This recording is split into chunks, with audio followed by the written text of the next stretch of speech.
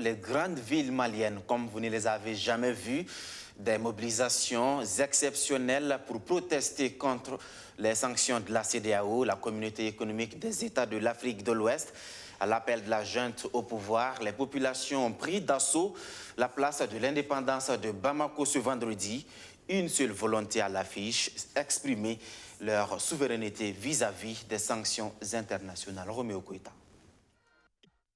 À l'appel des autorités de la transition, des milliers de Maliens parés aux couleurs nationales se sont massivement mobilisés à Bamako pour exprimer leur mécontentement contre les sanctions de la CEDEAO et de l'UEMOA. Face aux manifestants, le Premier ministre Choguel Maïga et son ministre de l'Intérieur tiennent des discours guerriers. Et Dieu et le peuple, Dieu et le peuple, sont avec le gouvernement de transition, sont avec les autorités.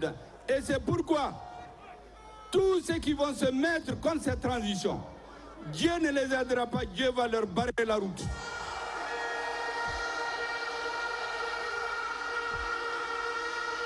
Certains partenaires ont faussement interprété l'humilité et le sens du dialogue du peuple malien comme étant de la faiblesse.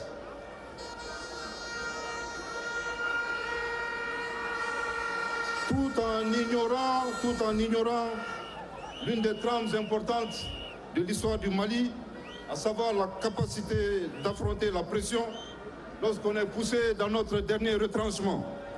Les autorités de la transition malienne estiment ne pas vouloir engager un bras de fer avec les institutions sous-régionales et leurs partenaires internationaux, mais elles se disent intransigeantes dans la défense des intérêts du peuple malien.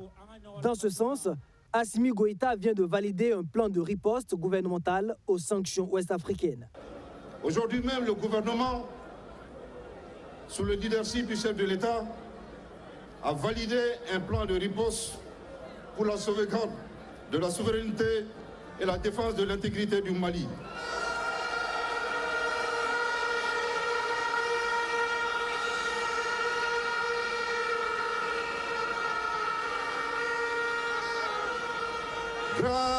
Grâce à ce plan, le gouvernement prend l'engagement d'approvisionner normalement les populations en produits de première nécessité et de sanctuariser notre territoire.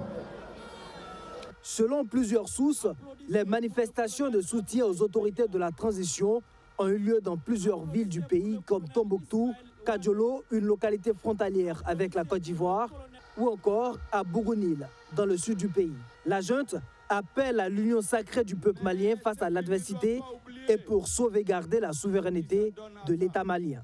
En dépit de ces grandes divergences entre Bamako et les institutions sous-régionales, les autorités maliennes se disent tout de même ouvertes au dialogue.